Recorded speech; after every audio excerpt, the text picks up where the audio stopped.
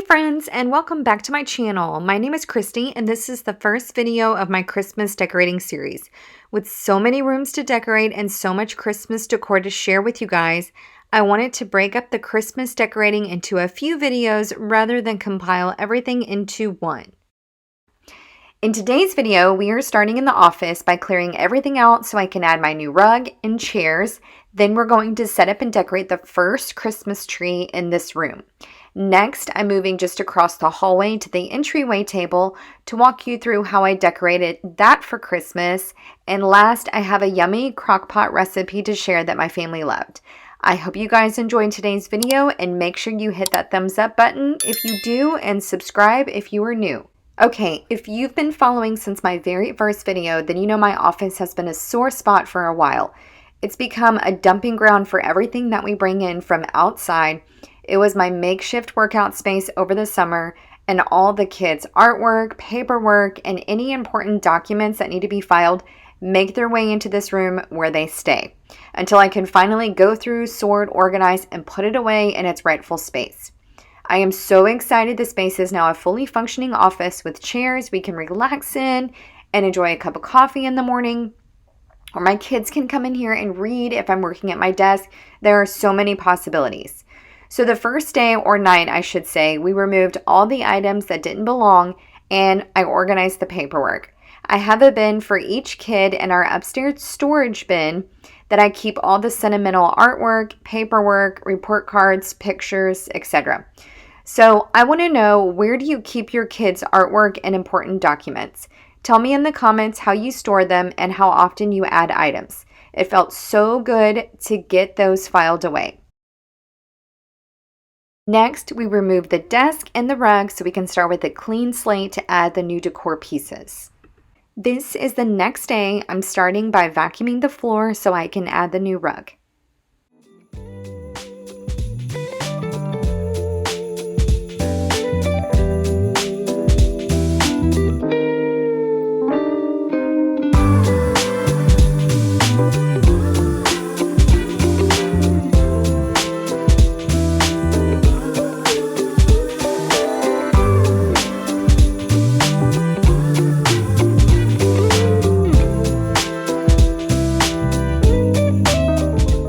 Since I was by myself this day, I had to improvise to get the rug from the car to the inside of the house. This is our sports wagon we use to carry all of our belongings to and from games. Or if we go to the beach, we take this with us to haul items from our car and back. I was able to slide the rug over the top and easily move it inside the house and into the room where I could drop it on the floor. This rug is from HomeGoods. I've been on the hunt for the rug I wanted for this room. I knew I wanted something with color and texture, but it took me several months to find one that I actually liked. But I randomly popped into HomeGoods over the weekend and found this one, which was perfect and more affordable.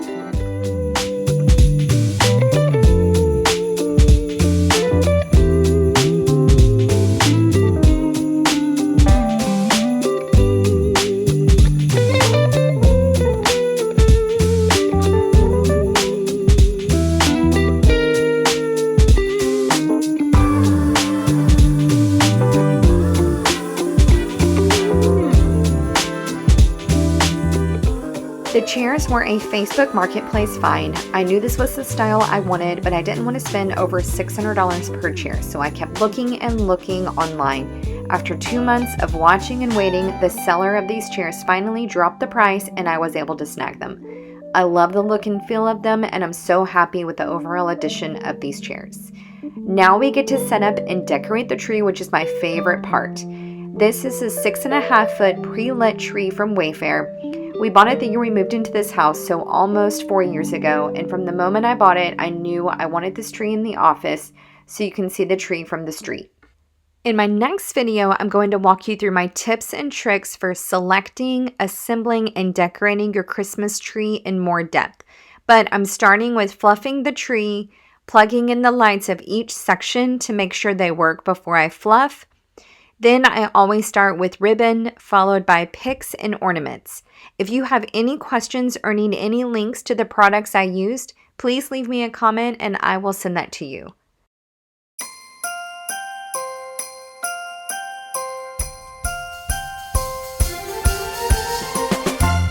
Since this tree sits in front of the window, but the window is about 2 feet above the floor, I wanted to add some height so this tree can really be seen through the window. I'm going to add a box under the tree to raise it about 10 inches, but you can use any type of box that's the right height to raise your tree. Doesn't it look good already? Since my tree is so much further off the ground, I'm going to add this white fluffy blanket as my tree skirt around the bottom of the tree. Later on, I can add some presents under the tree so the outline of the box isn't so noticeable. So tell me in the comments, do you prefer a real Christmas tree or an artificial tree?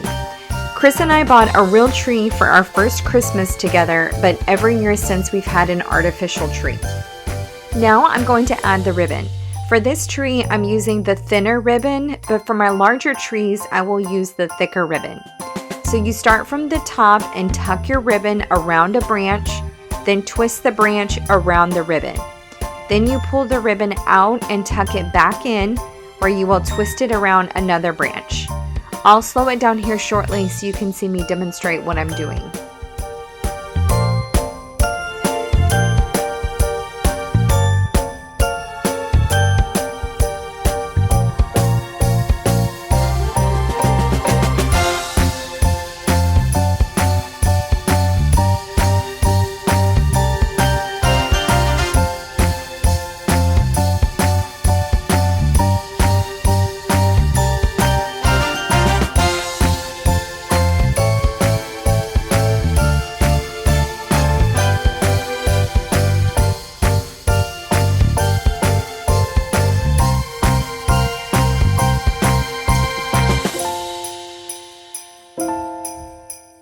So I ended up removing that first strip since it was too short.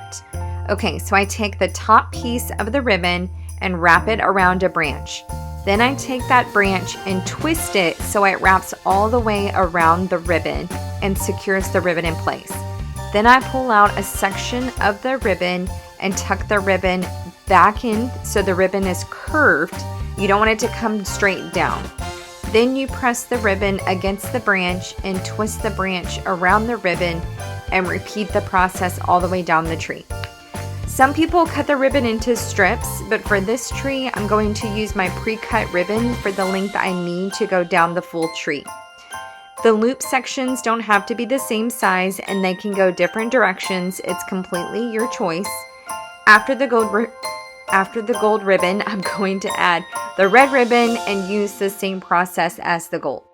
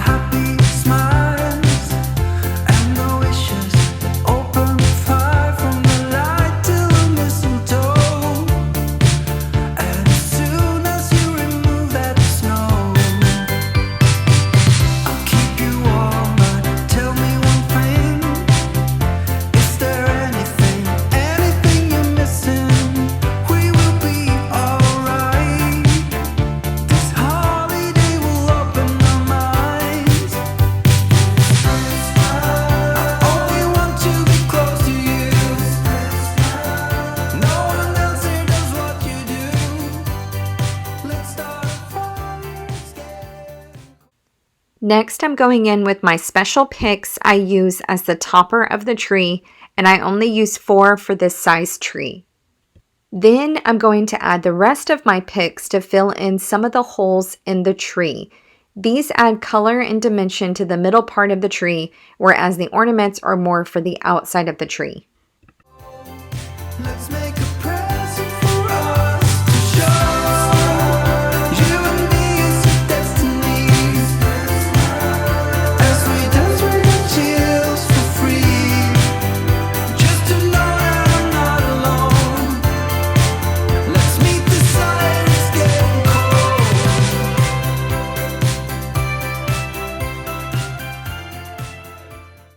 Last are the ornaments. Now, I like to use a variety of ornaments on this tree, so I'm starting with these red and green Christmas light ornaments.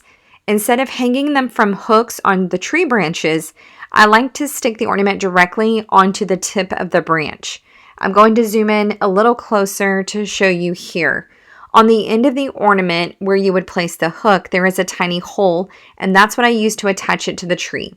These will not fall off unless my kids pull them off, but I've used the same method over the last 4 years with no issues.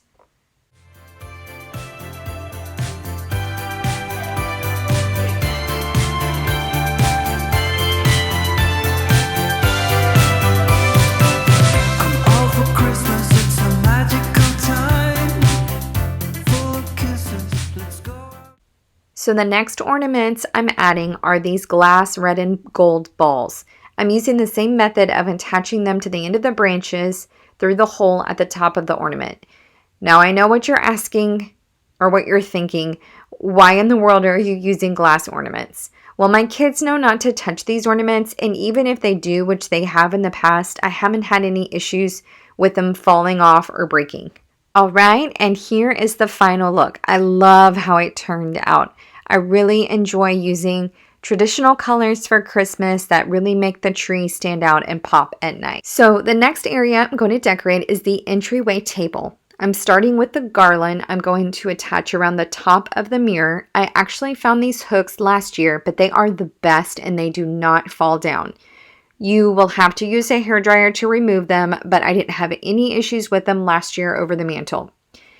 Here I'm just laying out where I want the garland to go and making sure I like the look and the fall of the branches. Then I'm going to use 2 of those hooks to attach to the wall on the left and the right side of the mirror so the garland can lay nicely over the top.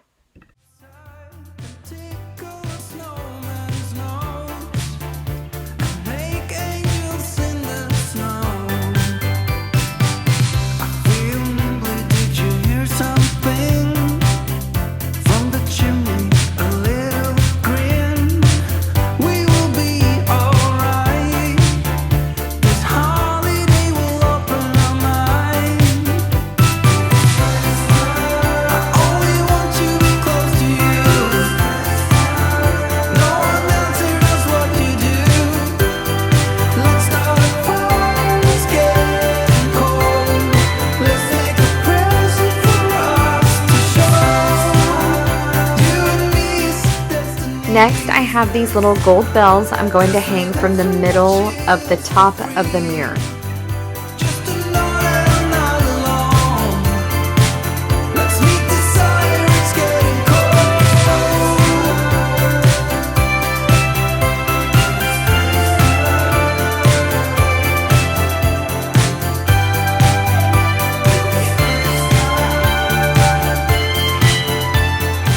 Now I'm coming in with 2 stems to add to my tall vase on the right.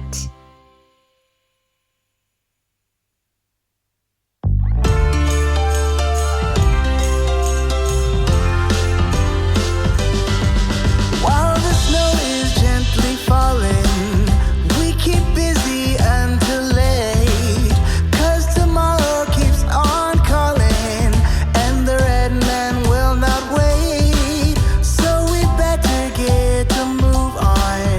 Let's bring on the evergreens. Keep the chimney clean, you know what I mean, 'cause tomorrow is Now these reindeer are from Walmart. I actually have 3 and I've had them for about 3 or 4 years now, but I like the pop of color they added to this otherwise neutral tablescape. And these ornaments I'm going to add to the gold bowl in the center to kind of just add another pop of color. from the ones that waited long for the socks to fit. Next, I'm going to set up my Christmas village, which might be my favorite part. I still need to order battery operated tea lights to put in all the houses because the ones that came with this set, you have to manually turn each one on and off, and that takes a lot of time to do at night. But I love how this turned out. Then at the bottom, I was going to leave the baskets here and call it a day, but it looked really odd to me. So what do you think? I grabbed some leftover decor pieces I haven't used in a while to put down here for now, But let me know in the comments, do you like the decor items or the baskets better?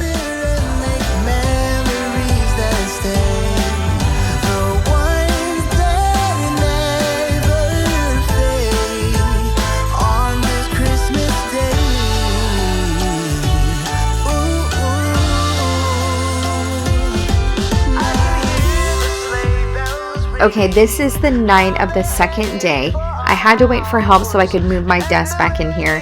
I'm going to clean off the top of my desk so I can add back the monitors and try to arrange the cords so they're not as noticeable.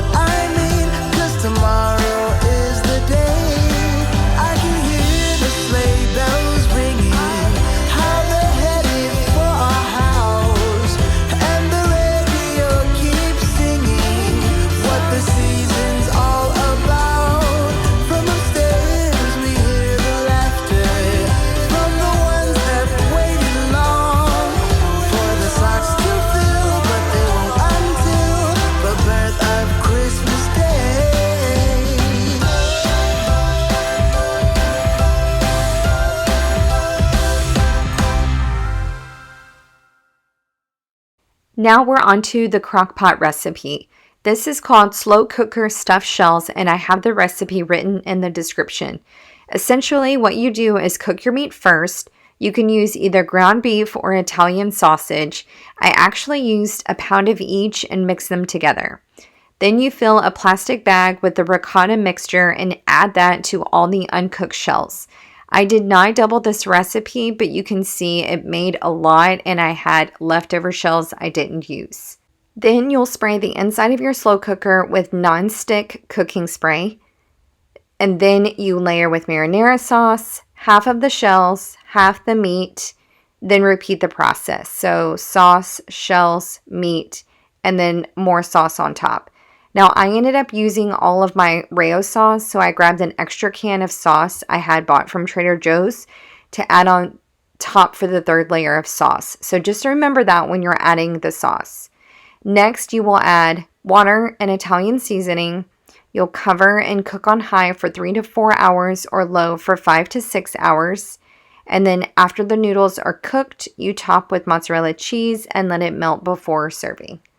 Now, when I say my family loved this recipe, I mean everyone got seconds and we ate it for dinner the next night, which is a huge win for me. Okay, I hope you guys enjoyed hanging out with me today. If you are new to my channel, then don't forget to subscribe before you leave. I cannot wait to show you guys the rest of my Christmas decorating videos, so please be on the lookout for those coming up soon. I hope you have an amazing day and I'll see you in the next video. Bye!